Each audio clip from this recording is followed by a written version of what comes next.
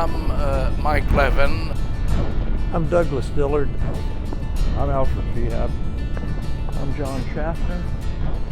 I was born in a small village in Nebraska. I see you found I'm a product of the Depression period. box of my things, infantry's tanks and smoldering airplane wings. I found myself on the high seas, headed for Battle of the Bulge. These old pictures are cool, tell me some stories. Was it like the old war movies? Sit down, son, let me fill you The in. early morning of the 16th, when the shelling began. Where to begin? Let's start with the end. This black and white photo don't capture the skin. You could see hundreds of From Germans. the flash of a gun to a soldier who's done. Trust me, grandson, the war was in color.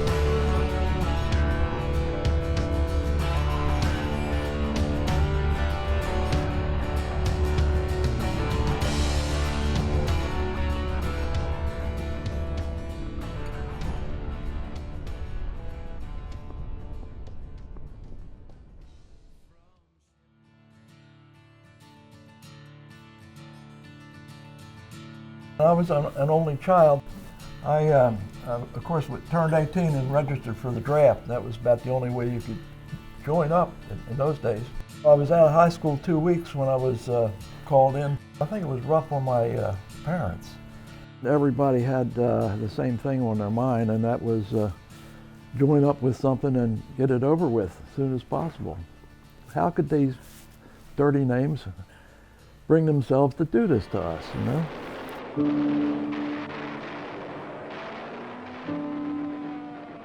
But the biggest thing, you know, the country had its problems. They had isolationists and all that. Yeah. It became one. This country became one mass of people, all with the same dedication of winning the war. It did that. And that was something. So we're green as grass, right? We get off the train at Fort Jackson, South Carolina. We got our uniforms by then. And we're marched down to Battery Street and assigned to barracks. And that was all. Just throw your stuffle bags on a bunk and that's your bunk. Well, we didn't see anything the rest of that day, but that night we went to bed, and when we woke up in the morning, this is in 1st of March, it's pretty cold. And it was raining cats and dogs, and the wind was blowing the rain up against the barracks and the sheets.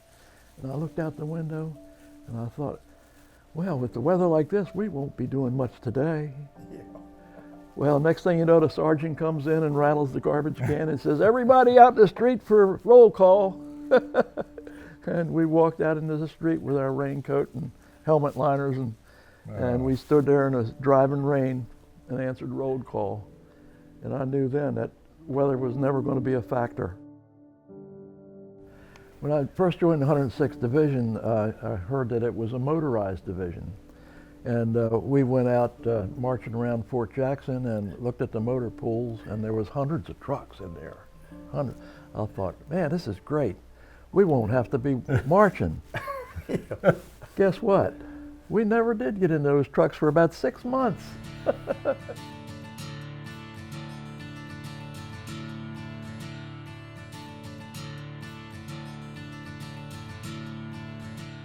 I got into the Army in '42. Spent a year as an enlisted man up in the Arctic in Greenland at a forlorn cold place called WWII West 8. And then they sent me back to Fort Sill, Oklahoma, where I was commissioned in the field artillery. And before very long, I found myself on the high seas, headed for Belgium, the Battle of the Bulge. Mike, that had to be the Queen Elizabeth. The Queen Elizabeth. Yeah, yes, I was one of the loading officers on the ship. We had 2 gangways On my gangway, we loaded 7,500, and on the other gangway, we loaded 7,500.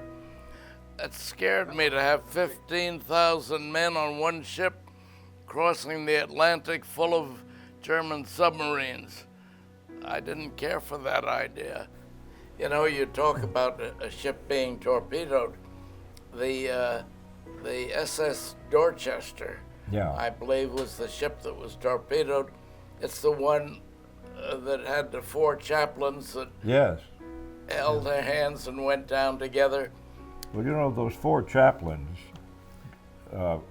that went down with the ship had life preservers, and they gave them to 4 Yeah, they stayed on young board. people Yes. that didn't have any. That's right.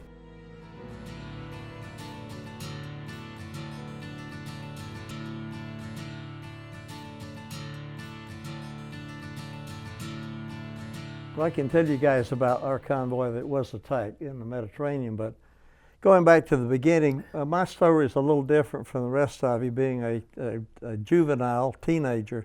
I'm a product of the Depression period, and things were pretty rough in Georgia at that time. My family really suffered during those days, and I think it had a lasting impression on our rather conservative attitude for the future. And then when the war broke out, as I said, I could hardly wait to go, so I pressured my mother into letting me enlist. Well, after I enlisted, I was sent to Camp Walters, Texas, and in July. Enlisted on the 3rd of July, 1942. And I got there just in time to start that summer cycle of training. And it was really, really torturous. At that point, we had to take a physical training exercise to go in the airborne, so you had to learn to do tumbles and front flips and 100 push-ups and How many? Oh, at least 100, because the instructor there said, we're here to make an opinion as whether you're determined to accomplish something, because if you're going into the paratroops, we got to know you're going to be determined to finish your mission. So they would stand there and count, and you may have a slight break, but you had to do it. And by the time we finished, and the guy came over and said, congratulations, you passed. It was great relief, but you're exhausted, because a lot of people didn't make it. They gave up. Yeah.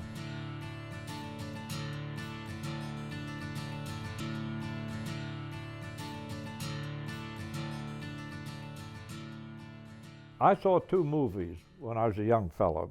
The Charge of the Light Brigade with Errol Flynn and The Lives of Bengal Lancer, and I decided I wanted to be in the cavalry. France had succumbed to the German attacks.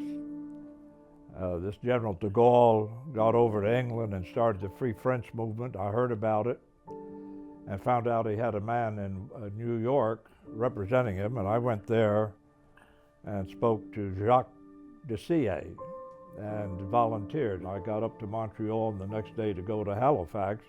A good friend of the family showed up, and I jumped up and, what are you doing here? She said, your father found out about this escapade of yours, and I'm to take you home. I said, oh no, I'm a lieutenant now. And she said, oh no, he spoke to de Sillé. So I went back and enlisted and for the cavalry. And I went through basic training at Fort Knox. The commission they gave was infantry, parenthesis armor. And the night before graduation, I went up to the commandant and told him I couldn't accept an infantry commission. My family have been horsemen, not for generations, but for centuries. And I just couldn't do it. Next morning, my commission read cavalry. It's a good thing they didn't put me in the cavalry. I only knew 2 things about horses. One end bites and the other end kicks. It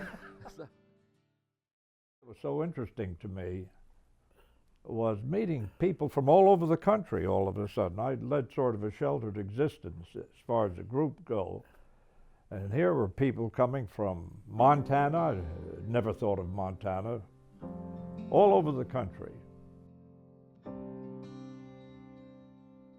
When I tell war stories, I don't like to talk about the dead and wounded and stuff like that.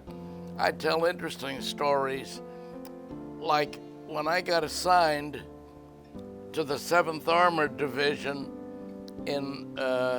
I joined them in Verviers, Belgium, which is not far from Liège, in St. Vith. I joined this outfit, and the first thing I knew, someone said, "Are you Lieutenant Levin? The quartermaster's looking for you." Quartermaster?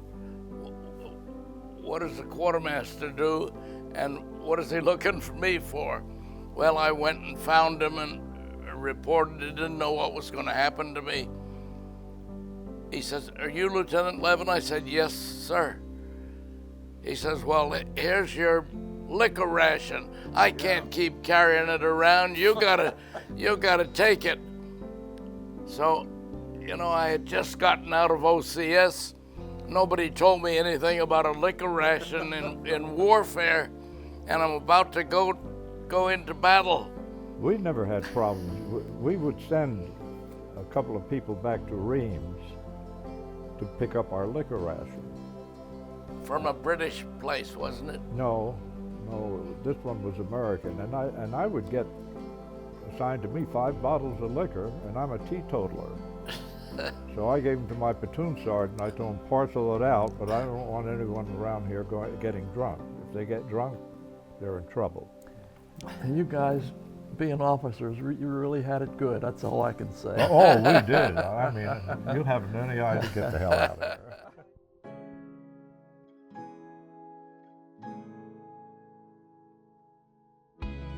My unit story is a little different, and you mentioned training and what had happened in 1942 November when I finished parachute school. This was early days of the organization of the airborne units. We called paratrooper units at that time, but we didn't know it. But we shipped out, and we were not told where we were going, and once we were at sea, then we knew. But the interesting thing is that many of us, when we were qualified to go to the parachute school out at Camp Walters, we went downtown, and in our youthful and exuberance, we had tattoos. I still have mine. It was a parachute. So we're now at Fort Benning in this cadre group, and the medical officer comes in and says, "Okay, everybody strip down and put on your raincoat," which means you have nothing on but your raincoat. And I'll be back in a few minutes. So pretty soon he comes back, says, "Okay, take off your raincoats." Going through, say, "You on the truck, you on the truck." It was because of these stupid tattoos.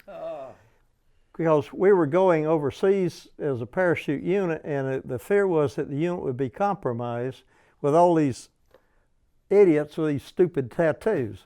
So we had to go down to Columbus, Georgia, and line up at the tattoo parlor and have them covered.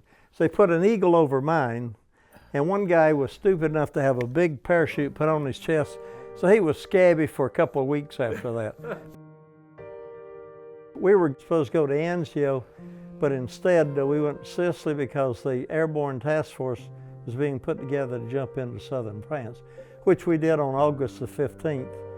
Finished the campaign of 1944. Our mission then, after the 7th Army moved up the Rhone Valley to northern France, task force moved along the French coast to the Italian border. Our mission there finished in October, late October. We were relieved by the Nisi 442 regiment from the Japanese Americans. They replaced us in the Alps. We withdrew, took trains up to northern France, and were there waiting for winter gear and clothing, because we're still wearing, some guys with their cotton jumpsuits, a wool shirt and trousers, leather jump boots, and then the Bulge happened.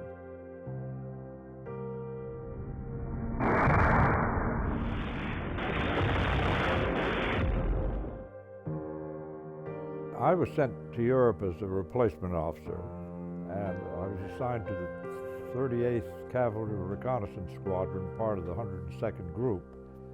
The 38th had quite a history. It was called the Lucky 38th. It was the first American unit into Paris to cross into Germany in the First Army front. And what we did a great deal of dismounted patrolling. in Akershad, Malmedy, Stavelot, St. Vith, all those places. They had us out every day, half the time at night, on ambush patrol. On my first patrol, I decided I was going to lead it. Now, I know you don't do that, but I wanted to see what it was like. And I had a Tommy gun. And I stepped in this fire lane. This is in Belgium. And there was a German soldier standing there. And he looked at me, and I looked at him, and he started to raise his rifle. And this finger squeezed the trigger on the Tommy gun. I didn't. The finger was trained. So anyway, Mac, my platoon sergeant, came up, and we searched this fellow, and I pulled out of his pocket a picture of a woman and two little girls. I killed a lot of Germans after that, but that has stayed. All I could think was, I killed the father of these two little kids and that woman's husband. And that stayed.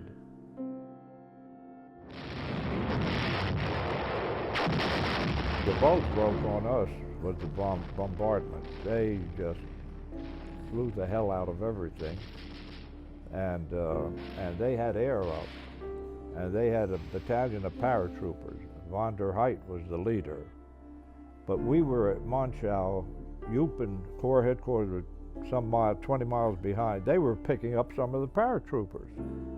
That was the most disjointed thing. And I didn't have any trouble getting lads to go out and hunt them up because every one of them had a bottle of rum. I imagine, did any of you run into the 106? No, you were further down the line. Yeah. Yeah. We were down But that was, that jump, that was unbelievable. We went overseas kind of half trained. And when we went up to the line on December the 10th, we replaced the 2nd Infantry Division that was on the line, and it was spread out like 22 miles. So here, the 99th Division was green. We had 22-mile front. We're green. 28th Division was south of us, and they had just taken a licking up into the Hurtgen Forest, so they were full of replacements as well. And it was an ideal spot for Adolf to mount his attack.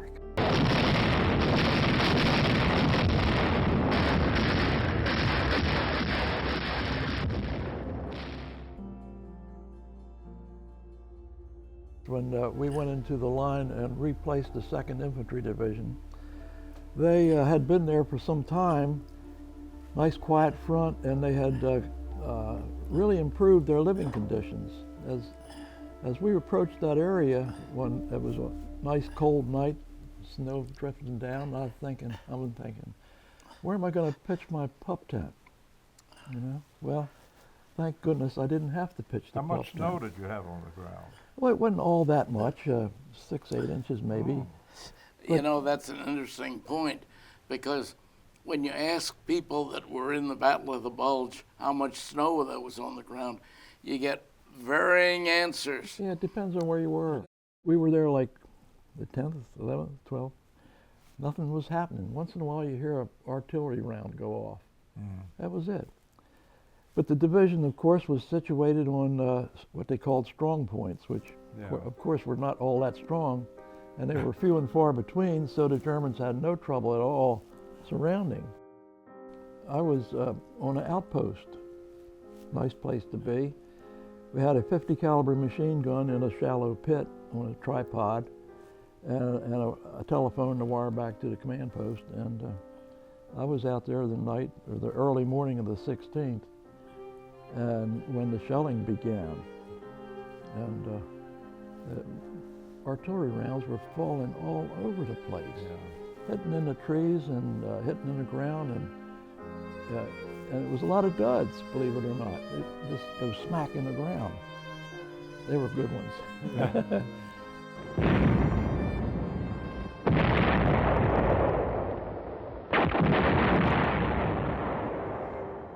After this barrage was over, which probably took about It seemed like all day, but it was probably about a half hour. I wasn't hit. I had crawled into my helmet, legs and all.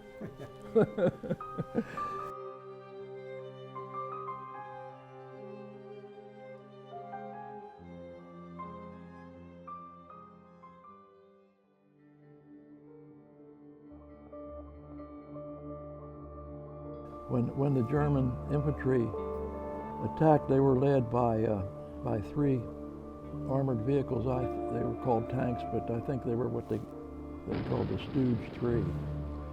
And the battery commander took me and another fellow named Montanari, and he said, take that bazooka and those 6 rounds and go up there on the road and dig in, because they're coming from that way. What artillery was that? I mean, what? A 105? 105? Yeah. Yeah, that was what I had. Well, you know, each Cav squadron had a troop of 105s. I had a recon platoon. I had 3 of these M8 armored cars, like this one over here, with the 37 millimeter coax 30 and a 50. And I had 2 half-tracks with 60 millimeter mortars, but they also had 2 50s. Germans didn't like the 50s. No, they didn't. That was a great gun. Yeah, it really was. My Jeep just had a grease gun mounted in front. Well, my battalion was different. It was entered the Bulge in a different manner, but when we were in France and Italy, we had 98 continuous days on the line, so the guys were pretty well battle experienced. About 2 o'clock in the morning on the 17th, the 17th, we're called in the orderly room. I was a sergeant then, communications sergeant for Company A. And the company commander said, the front line, no one knows where it is. The Germans made a breakthrough, get ready. Go draw your basic load after Reveille. The SS had already encircled part of Bastogne and they cut the road, so we couldn't proceed on that order, so we had to turn the convoy around and take a circuitous route to Verbemont, where the 82nd had set up their headquarters. So we get in there that night, in the early evening, spend the night in the barns, and next day get orders to go up to between Spa and Malmedy, because the 30th ID had committed all their forces. They had no reserve in the division.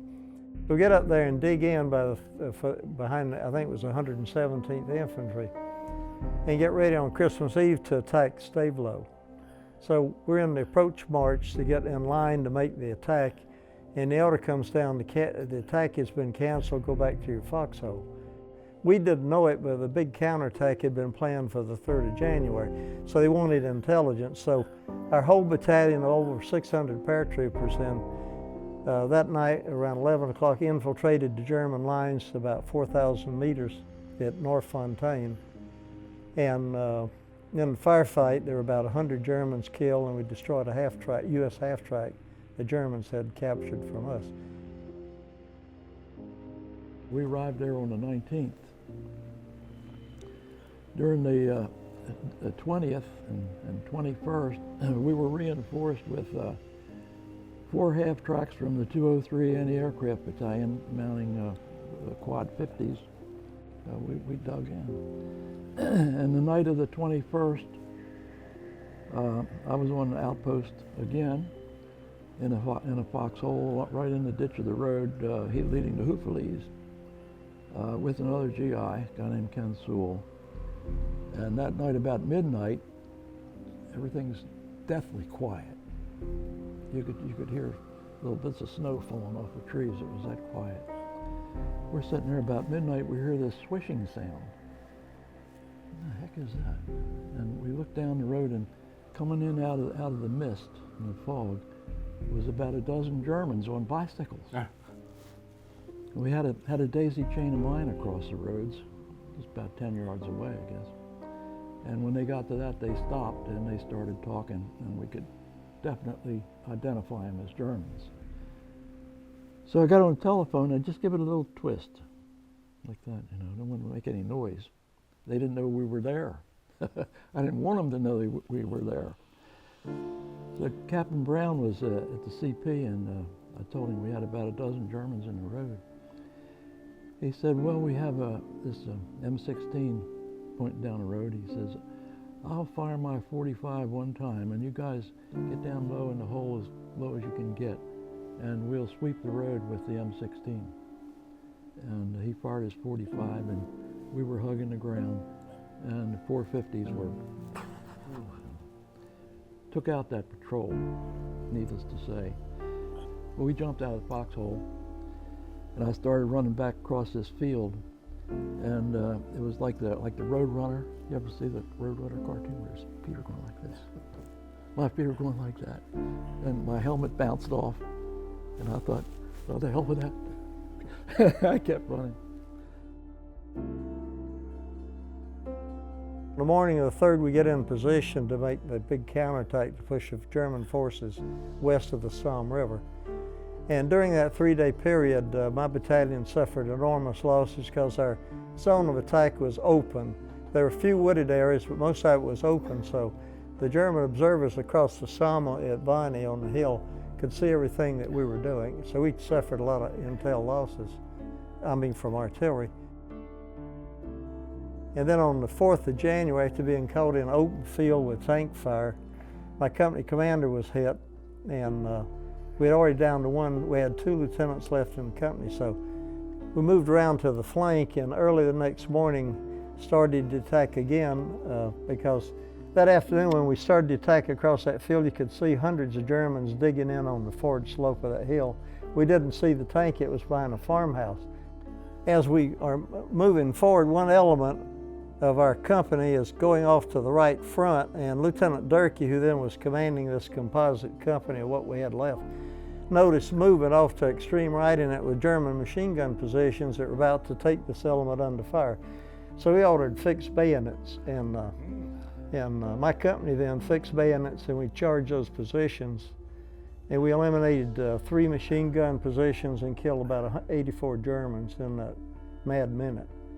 And as soon as that was over, then we reorganized, because as you know, when you lose ground, when the Germans lose ground, they immediately counterattack. Sure enough, the counterattack came, and we beat it off, and then moved the next day to a tree line overlooking Rushlandval, which was the end of our battalion's life, because on the 7th of January, after resting for a day and night, the battalion made that final attack, and my company encountered tremendous machine gun fire to attack that fortified village. That mad moment, I still see it. Yeah. And you can see the Germans sprawled out in their foxholes with the steam coming out of their mouth as their body temperature changed. So it's a scene from Apocalypse. You know, you never forget it.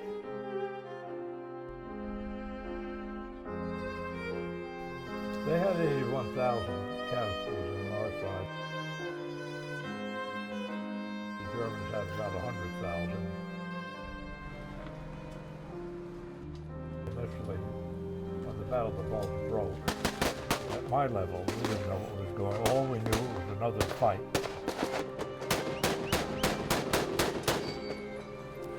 It's sometime later we realized the extent of that battle. Right. When you're in heavy combat, you know what's going on right here in your little sphere, but you don't know the bigger picture. You find out later.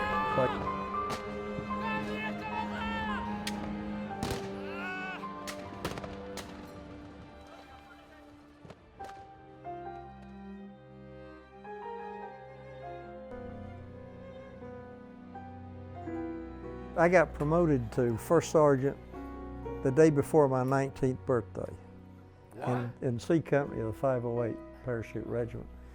And I had been a bit of an Army brat anyway, so I already made up my mind I was going to make a career of the military.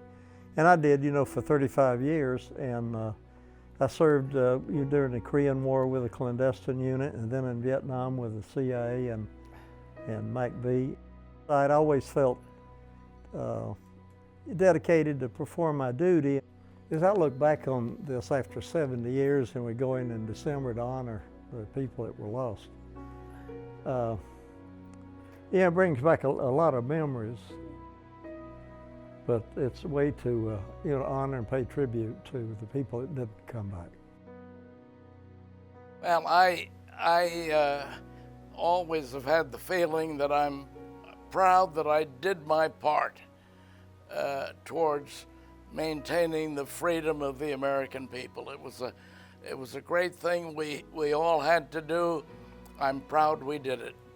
When I got out of the Army, I went looking for a job, and nobody needed any field artillery forward observers. I said, come on, I'm well experienced. No forward observers needed. All I can think about is I wanted to get a job and chase skirts. Wanted to get a car. I didn't talk about the war until 1986, 40 years later. And that was when I went to my first reunion. All that period in between, it was all behind me. My friends that I associated with, I knew had no idea what I went through. Well, I stayed in. We never talked about it. We had other things on our mind. This business of being a hero, I'm not a hero. I was a person that enjoyed the Army all the way through, the bad times and the good times. I also felt that if I wanted to be able to live free when war broke out, there was no question. You had to fight. And that's what I did. I didn't hear the term greatest generation for a long time. And I never considered myself as anybody special. I've always resented the term the greatest generation because I'm an amateur historian. I did a lot of research at the archives, the Holocaust Museum, and veterans activities. I fought in two other wars. And what are we, chopped liver from Korea or Vietnam or Afghanistan?